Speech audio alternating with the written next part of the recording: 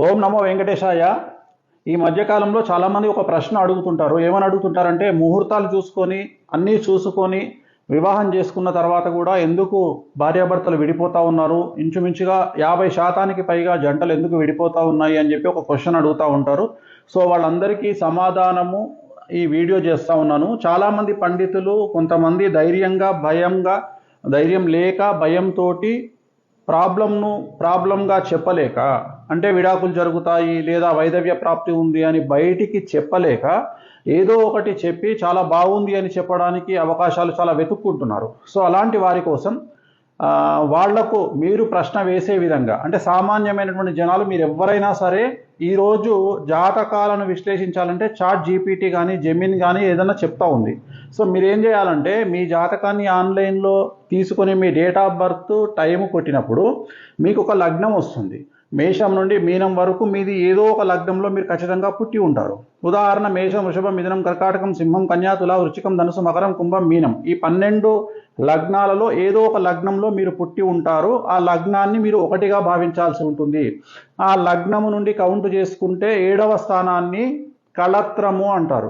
So 7వ స్థానాన్ని కళత్రము అయినప్పుడు మీరు ఎవరి దగ్గరికైనా జ్యోతిష్కుడి దగ్గరికి వెళ్ళినప్పుడు వాళ్ళు ఏం చేస్తారంటే, ఉదాహరణ కళత్ర స్థానములో కేతు ఉన్నాడు అనుకోండి, మీ జాతకం బాగుంది అని చెప్పగానే మీరు ఏమడగాలంటే, గురువు గారు 7వ స్థానంలో కళత్రంలో కేతు ఉన్నాడు, ఏం పర్లేదా, చాలా బాగుంటుందా పెళ్లి చేసుకుంటే అని అడగండి. అప్పుడు ఒరిజినల్గా మీకు విషయాన్ని బయటికి చెప్తాడు.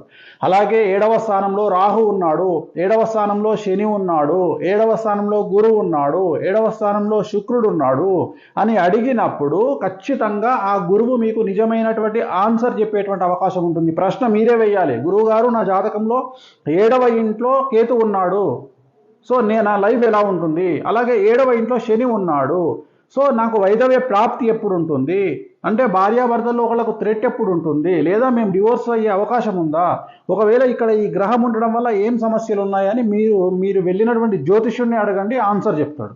సో ఇక్కడ 7వ స్థానం లగ్నం అంటే 1వ స్థానము, 7 అంటే కలత్ర స్థానము. లగ్నం 1 నుండి 7లో రవి ఉంటే ఏమవుతుంది, చంద్రుడు ఉంటే ఏమవుతుంది, కుజుడు ఉంటే ఏమవుతుంది, బుధుడు ఉంటే ఏమవుతుంది, గురువు ఉంటే ఏమవుతుంది, శుక్రుడు ఉంటే ఏమవుతుంది, శని ఉంటే ఏమవుతుంది, రాహు ఉంటే ఏమవుతుంది, కేతు ఉంటే ఏమవుతుంది. సో దీన్ని ఖచ్చితంగా అడగండి. సో జనరల్గా వీటిల్లో మీకు మామూలుగా తెలిసినవి కుజుడు ఉంటే ప్రాబ్లము, శుక్రుడు ఉంటే ప్రాబ్లము, శని ఉంటే ప్రాబ్లము, రాహు ఉంటే ప్రాబ్లము, కేతు ఉంటే ప్రాబ్లము, ఇవి మామూలుగా ఎవరైనా చెప్పగలుగుతారు.